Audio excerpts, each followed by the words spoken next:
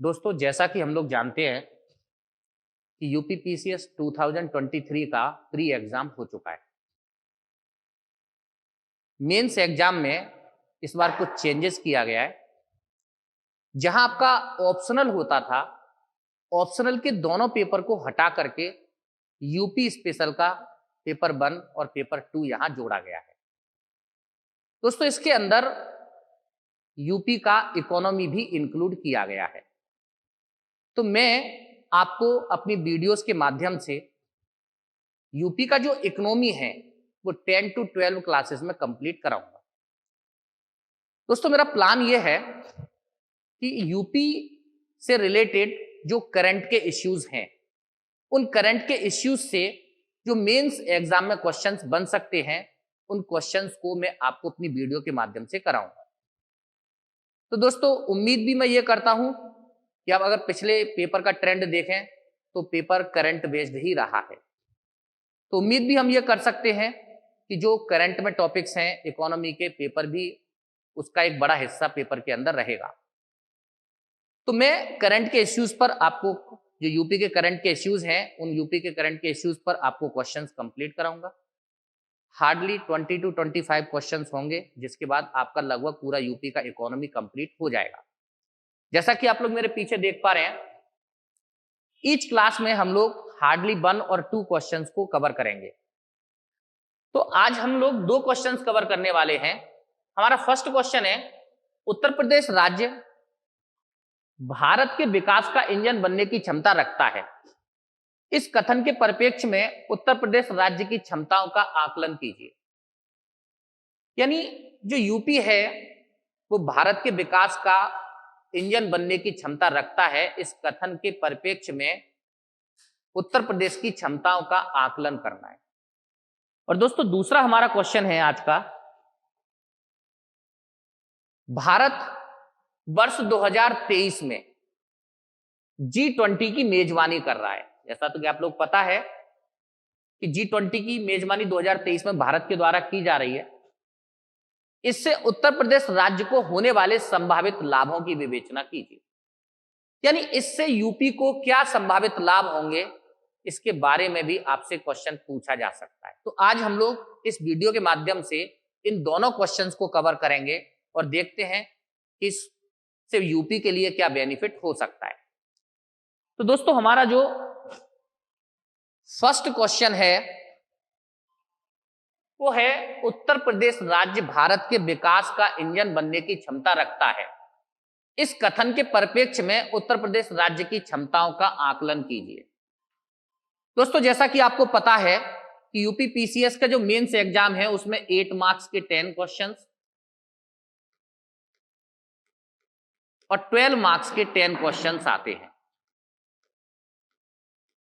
जो 8 मार्क्स का क्वेश्चन है उसका आंसर आपको दोस्तों 125 वर्ड में लिखना है, और जो 12 मार्क्स का क्वेश्चन है उसका आंसर आपको मैक्सिमम 200 वर्ड के अंदर लिखना है।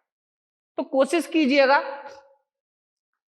कि नियर अबाउट 150, 160, 170 के आसपास आप आंसर लिख पाएं। तो दोनों टाइप में से किसी का भी आता है तो आप आराम से आंसर को लिख पाएंगे, और जितनी कोशिश हो सके दोस्तों आपको अपना आंसर करंट बेस्ड बनाना है। तो हमारा फर्स्ट क्वेश्चन था, उत्तर प्रदेश राज्य भारत के विकास का इंजन बनने की क्षमता रखता है। इस कथन के परिप्रेक्ष्य में उत्तर प्रदेश राज्य की क्षमताओं का आकलन कीजिए।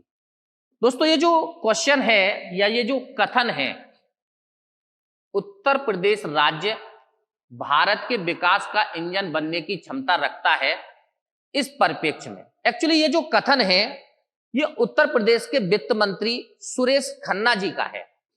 ये कथन सुरेश खन्ना जी का है, जो उन्होंने 2023-24 का जब बजट उत्तर प्रदेश की विधानसभा में प्रस्तुत किया था, तब इसी कथन के साथ उन्होंने अपना बजट भाषण शुरू किया था।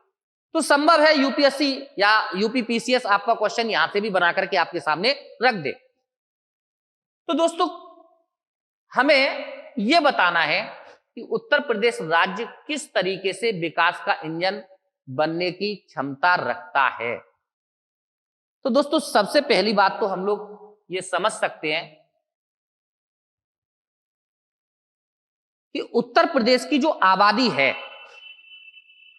वो लगभग 24 करोड़ है।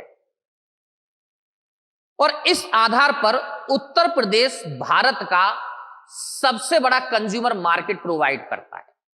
यानी जो उत्तर प्रदेश है वो भारत को सबसे बड़ा कंज्यूमर मार्केट प्रोवाइड करता है, और कंज्यूमर मार्केट प्रोवाइड के साथ साथ ये इंडिया का सबसे बड़ा लेबर मार्केट भी है। तो जो राज्य पूरे भारत को सबसे बड़ा मार्केट उपलब्ध कराता हो, सबसे बड़ा लेबर मार्केट उपलब्ध कराता हो, स्वाभाविक सी बात है उस राज्य के अंदर पूरे भारत का विकास का इंजन बनने की क्षमता तो है ही। दोस्तों, आपको यह भी पता होना चाहिए कि जो सेंट्रल गवर्नमेंट की स्किल डेवलपमेंट प्रोग्राम की जितनी भी स्कीम्स थी, उन सभी स्कीम्स को आपका जो यूपी स्टेट है वो सबसे पहले लागू करने वाला राज्य था। इस आधार पर यह कह सकते हैं कि जो उत्तर प्रदेश राज्य है वो भारत के विकास इंजन बनने की क्षमता रखता है। तो हमारा सबसे फर्स्ट पॉइंट यहां आता है, इंडियाज लार्ज कंज्यूमर मार्केट,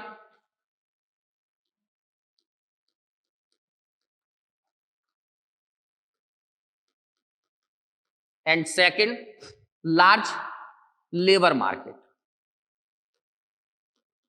और हम यहां अपने आंसर को सपोर्ट करने के लिए डाटा भी दे सकते हैं कि उत्तर प्रदेश भारत का पहला राज्य है जिसने केंद्र की जो कौशल विकास योजनाएं हैं उनको सबसे पहले लागू किया। दोस्तों, सेकंड चीज आप देखोगे, अभी यूपी में ग्लोबल इन्वेस्टर समिट हुई है। यूपी में ग्लोबल इन्वेस्टर समिट हुई है।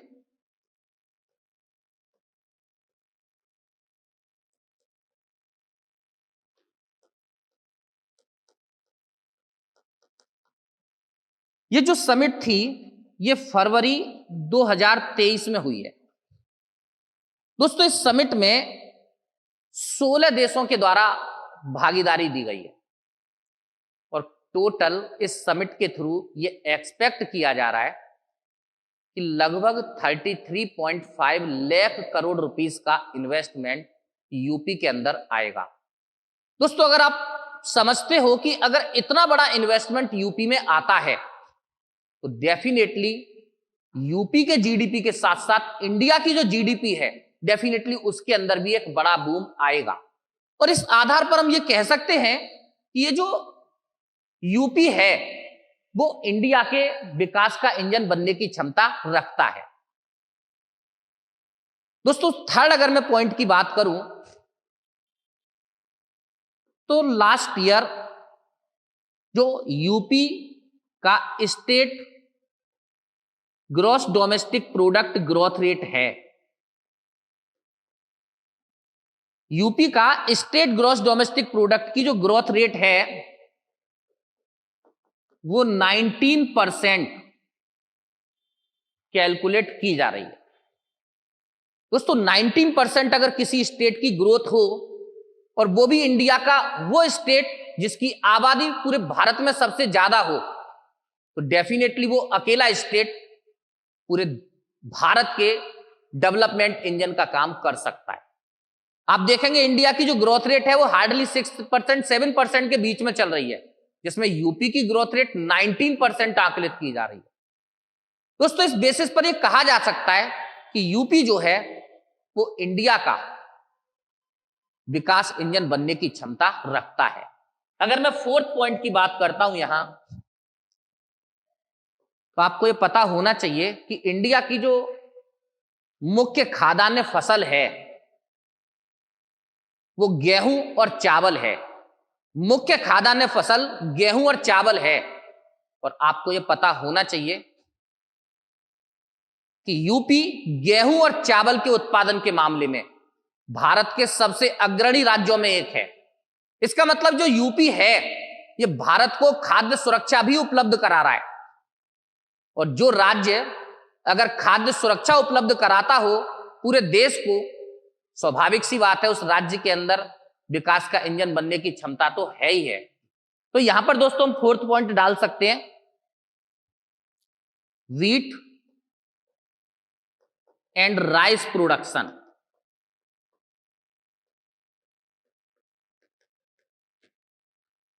दोस्तों एक चीज और समझने की है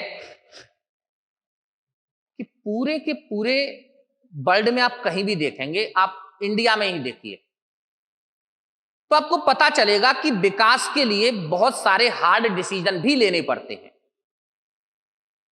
जैसे अभी जो आपका 2000 रुपए का नोट था, उसको बंद किया गया, या उसको बंद ना किया गया हो, लेकिन उसको जो गवर्नमेंट ने नया अनाउंसमेंट किया है, उसके लिए जरूरी है कि पार्लियामेंट में रूलिंग पार्टी के पास स्पष्ट बहुमत हो, स्थिर सरकार हो। और दोस्तों बिना यूपी के सहमति के केंद्र में स्थिर सरकार बनाना बहुत मुश्किल काम है। आप समझ सकते हो कि लोकसभा की 80 सीटें यूपी के पास हैं। इसका मतलब केंद्र में स्थिर सरकार का जो रास्ता है, जैसे हम विकास का रास्ता कह सकते हैं, वो रास्ता आपके यूपी से होकर के जाता है। तो फिफ्थ पॉइंट में हम लोग डाल सकते हैं कि जो यूपी का पॉलिटिकल पावर है, वो पूरे के पूरे इंडिया की पॉलिटिकल पावर को अफेक्टेड करता है।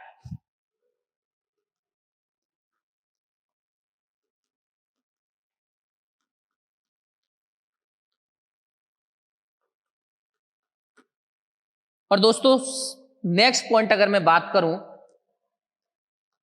तो 6 पॉइंट आप लोग देखोगे, यूपी की इंडस्ट्रीज भी वेल डेवलप्ड हैं। उत्तर प्रदेश सरकार की एक जनपद एक उत्पाद योजना, वन डिस्ट्रिक्ट वन प्रोडक्ट, पूरे इंडिया में ये अपने तरह की योजना है, और अलग अलग राज्य सरकारें इस योजना से सीख लेकर के इसी तरह की योजनाएं अपने यहां बना रही हैं। यूपी का चमड़ा उद्योग अच्छी खासी मात्रा में एक्सपोर्ट करता है, तो विदेशी मुद्रा भी हमें यूपी को प्राप्त होती है। साथ ही साथ आप लोग देखोगे उत्तर प्रदेश का चीनी उद्योग, ये जो चीनी उद्योग है यूपी का, ये इंडिया का सबसे बड़ा चीनी उद्योग है। इंडिया में सबसे ज्यादा जो चीनी का उत्पादन है वो महाराष्ट्र और यूपी करते हैं। इसका मींस इंडिया, जो यूपी की इंडस्ट्री है वो वेल डेवलप्ड है, और जो पूरे भारत के लिए विकास का इंजन का काम करती है, लोगों को रोजगार देने का काम करती है। तो यहां पर हम लोग लिख सकते हैं one district one product scheme,